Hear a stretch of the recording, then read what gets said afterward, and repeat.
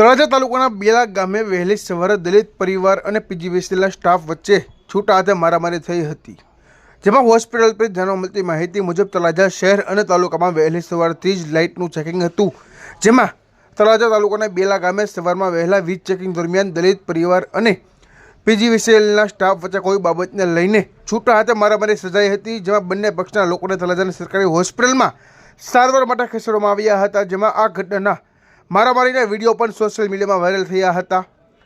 આ ઘટનામાં સાચી હકીકત શું છે તે પોલીસ તપાસ બાદ જ ખબર પડશે।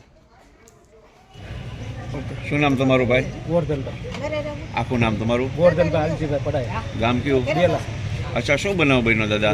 આમ ઘરે પૂતા હતા, કેન્સરની બીમારી હતી, કાલ ડોઝ દઈને આવ્યા હતા અને ડોઝ દઈને આવ્યા એટલે એ જે બી ઓલો સીધો 7 વાગ્યામાં અંદર ગળી ગયો અને ઘરના પૂતા હતા 16 કે ભાઈ જો અહીંયા છે જે મીટર નહીં તેને ઘરમાં ઓલ્યા હતા એટલે એ ઘરમાં સીધો ગળી ગયો, ગોદરા ઊંચા કર્યા એટલે આને એમ થયું કે મારા છોકરા છે કે મને હુવાઈ ગયો 3 વાર ગળ્યો, 3 વાર ગળીને સીધો પછી બહાર નીકળ્યા એટલે એ સીધો ક્યાંક ઢેઢા કે ખુરશે મળ્યો મારવા।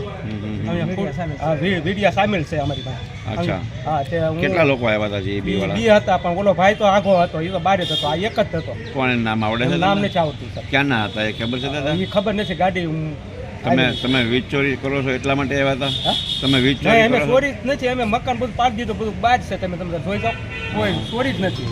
અચ્છા, કેટલા વાગે બન્યું દાદા? કેટલા વાગે બન્યું? તમારા શું થાય બેન છે? મારા ઘરના છે, હું ઘરે નતો।